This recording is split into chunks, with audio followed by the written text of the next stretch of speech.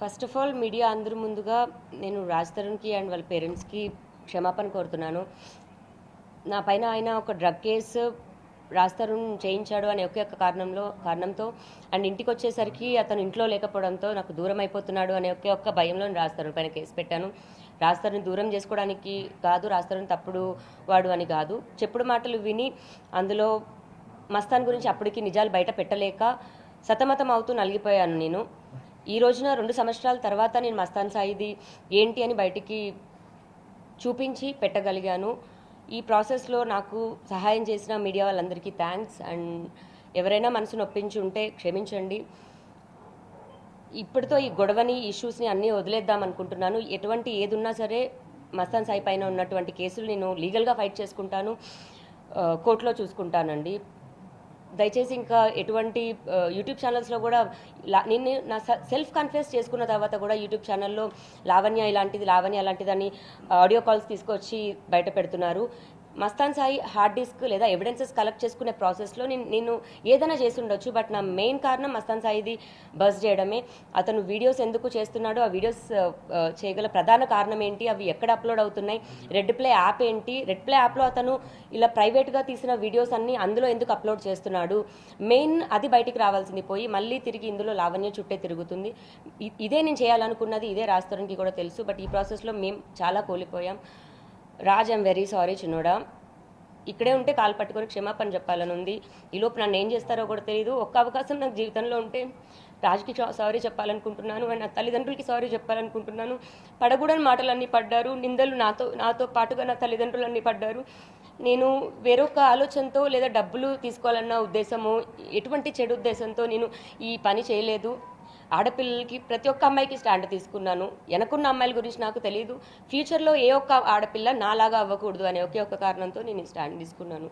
Thanks అండి.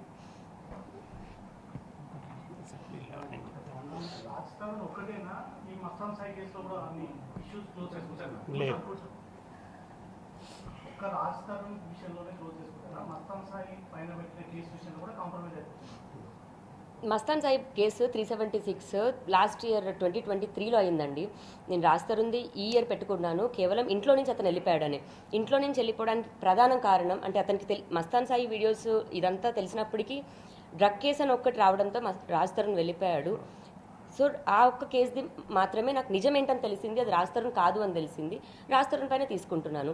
మస్తాన్ సాయి పైన పెట్టిన కేసు తర్వాతే మా జీవితాలన్నీ ఇన్ని అయ్యాయి అండ్ ఇన్ని తప్పుడు కేసులు వచ్చాయి. ఇవన్నీ నేను కోర్టులోనే చూసుకుంటాను. చివరిగా కోర్టు ఏ శిక్ష విధిస్తే అది ఆఖరికి నాతో అయినా సరే నేను రెడీగా ఉన్నాను.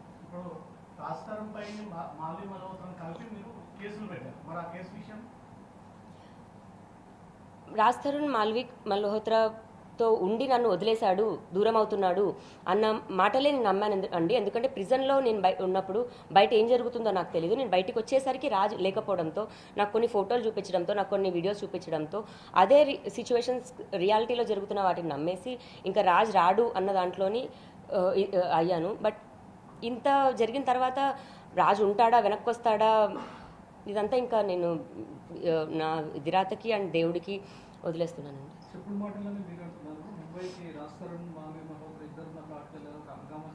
అవును అవును అవును అవును అవును అది ఖచ్చితంగా నేను కాన్షియస్గానే వెళ్ళాను, నా డెసిషన్తోనే వెళ్ళాను.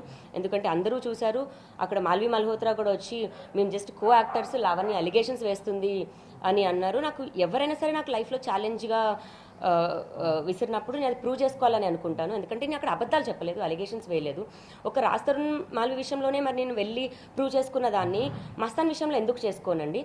రాజ్ తరుణ్ నావాడు కాబట్టి అండ్ రాజ్ తరుణ్ నుంచి నాకు హాని ఉండదండి. రాజ్ తరుణ్ క్రిమినల్ కాదు అండ్ క్రుయాలిటీ ఉండదు, ఎలాంటి వాడని నాకు తెలుసు. ఆ హక్కుతో నేను వెంటనే వెళ్ళిపోయాను. కానీ మస్తాన్ సాయి అలా కాదు, నా పైన 3 times అటాక్ చేశాడు. అతనేంటని, వాళ్ళ పేరెంట్స్ ఏంటని, ఎలా మ్యానిపులేషన్స్ చేస్తారు, అది డిపార్ట్మెంట్ దగ్గర నుంచి అయినా సరే ఎలా చేశారు అని నా కేసులో నేను చూశాను. కాబట్టి నాకు 2 సంవత్సరాలు పట్టింది. నేను అదే ధైర్యంతో వెళ్ళాను, హార్డ్ డిస్క్ తీసుకొచ్చాను. అతను హార్డ్ డిస్క్ కానివ్వండి, ప్రతి క్లౌడ్ అకౌంట్లో కానివ్వండి, ఆ అమ్మాయిలు ఏంటి, ఎంతమంది అమ్మాయిలు ఉన్నారు, ఏం వీడియోస్ తీస్తున్నాడు, ఎక్కడ అప్లోడ్ చేస్తున్నాడు అన్నది పోలీస్ వారే తెలిపాలి.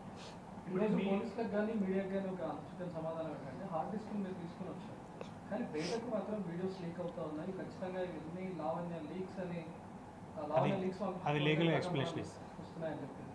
అది లీగల్ ఎక్స్ప్లెనేషన్ ఇప్పుడు ఇప్పుడు మీ వీడియోస్ బయటకు వచ్చినందుకే ట్రాక్ మార్చి మళ్ళీ రాష్ట్రం కావాలి.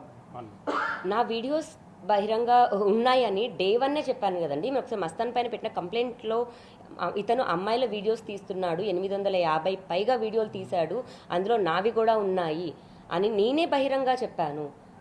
ఈ రోజున ఇప్పుడు అని కాదు. అండ్ నా వీడియోస్ రావడం ఈ రోజున వాళ్ళు వదులుతున్నారు.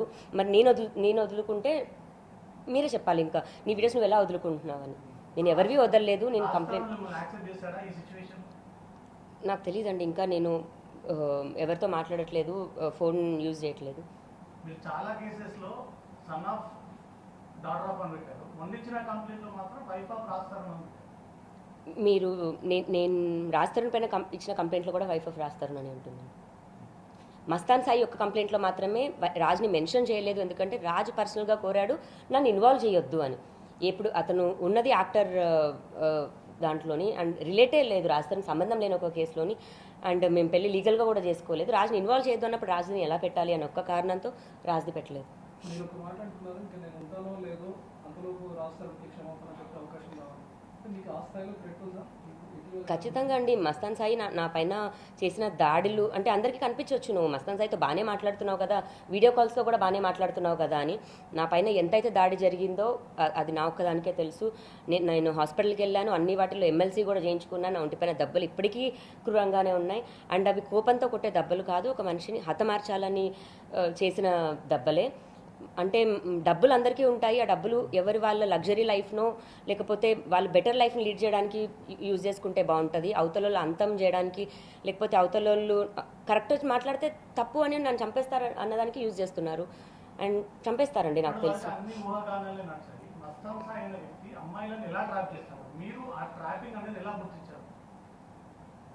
నేను అదే అండి, నేను ఒక 18-20 ఏళ్ళ వయసు ఉన్న అమ్మాయిని అంటే నేను గుర్తించలేకపోయేదాన్ని. అదే వాళ్ళ ట్రాప్లో లాంగ్ రన్ నడిచేదాన్ని. ఆస్ట్రేలియాలో ఉన్న ఒక అమ్మాయి, ఇప్పుడు ఆమె వయసు 26, నా పైన కంప్లైంట్ పెట్టింది కాబట్టి నేను పేరు కూడా చెప్పదలుచుకోలేదు. ఇప్పుడు అమ్మాయి వయసు 26, కానీ 7 సంవత్సరాలుగా అమ్మాయి అదే ట్రాప్లో అదే లూప్లో ఉంది. ఎందుకంటే ఆమె వయసు అప్పుడు 18 కాబట్టి. ఇప్పుడు అడిక్షన్ అంటే అదే కదండి, మనం అలవాటు పడిపోతాము దాంట్లోంచి. అందులో ఉన్నామని కూడా మనకు తెలియదే అడిక్షన్. నాకు 32 years వచ్చేసరికి నా బ్రెయిన్కి నాకు అది అర్థమవుతుంది, దిస్ ఈజ్ నాట్ రైట్, ఇదని ఏం జరుగుతుందని. నేను సెల్ఫ్గా ఇన్వెస్టిగేట్ చేసుకున్నానండి. మీరు అనొచ్చు పోలీసులకు చెప్పొచ్చు అని. నేను 1.5 year బ్యాకే పోలీస్ స్టేషన్కి చెప్పాను. బట్ ఇది తెలంగాణ, అది గుంటూరు. గుంటూరులో నేను కేసు పెట్టినప్పుడు 20 మంది అటాక్ వచ్చారు, నువ్వు గుంటూరు ఎలా దాడతావు అని. నేను కేసుకి కానీ వాయిదాకి కానీ ఎలా వెళ్ళగలను నాకు ఇంత ప్రాణహాని ఉన్నప్పుడు. నేనే సెల్ఫ్గా ఇన్వెస్టిగేట్ చేశాను. ఇతను చేస్తున్న ప్రతి క్రైమ్ యాప్స్తో సహా ఇన్ డీటెయిల్డ్ పెట్టాను. ఇప్పుడు ఇవన్నీ డిజిటల్. ఇప్పుడు వాళ్ళ మమ్మీ డాడీ కానీ ఎవరైనా అనుకోవచ్చు. నేను అందరికీ చెప్తున్నాను, ఇది అంతా డిజిటల్ క్రైమ్ అండి, ఇందులో నుంచి ఎవరూ తప్పించుకోలేరు. అతను చేసిన యాప్ ఇప్పుడు అతను సర్వర్ డౌన్ చేసినప్పటికీ అందులో నుంచి అతను అప్లోడ్ చేసిన ప్రతి వీడియో అతను తప్పించుకోలేడు. వాళ్ళ మమ్మీ డాడీ వచ్చి మా కొడుకు ఇది చేయలేదు, అందులో మా కోడలిది ఉంటుంది, అతని గర్ల్ ఫ్రెండ్ ఉంటుంది, బహిరంగ వాళ్ళే చెప్తున్నారు. ఆ 2 అమ్మాయిలదే ఉంటే మీరు ఏం చెప్పినా నేను సిద్ధంగా ఉంటాను. నేను నా కళ్ళతో చూసింది 44 మంది అమ్మాయిలు. నేను హార్డ్ డిస్క్ కానివ్వండి, నా దగ్గరున్న నేను చూసిన వాటిలో మాత్రం నగ్నంగా అమ్మాయిలకి తెలియకుండా చేసిన వీడియోలు 15 మంది అమ్మాయిలవి రెడీగా ఇప్పటి వరకైతే అయ్యాయి. బట్ 44 మంది అండి, 2500కి పైగా వీడియోలు. ఇది నిజము. అండ్ ఇవంతా డిజిటల్ రికార్డు. ఇప్పటికైనా వాళ్ళ పేరెంట్స్ ఒక దగ్గర ఆపేస్తే బాగుంటుంది. ఈ రోజుకి కూడా గుంటూరులో నా పైన ఇంకా కేసులు పెట్టించడానికి చూస్తున్నారు. అది ఎంతవరకు కరెక్ట్?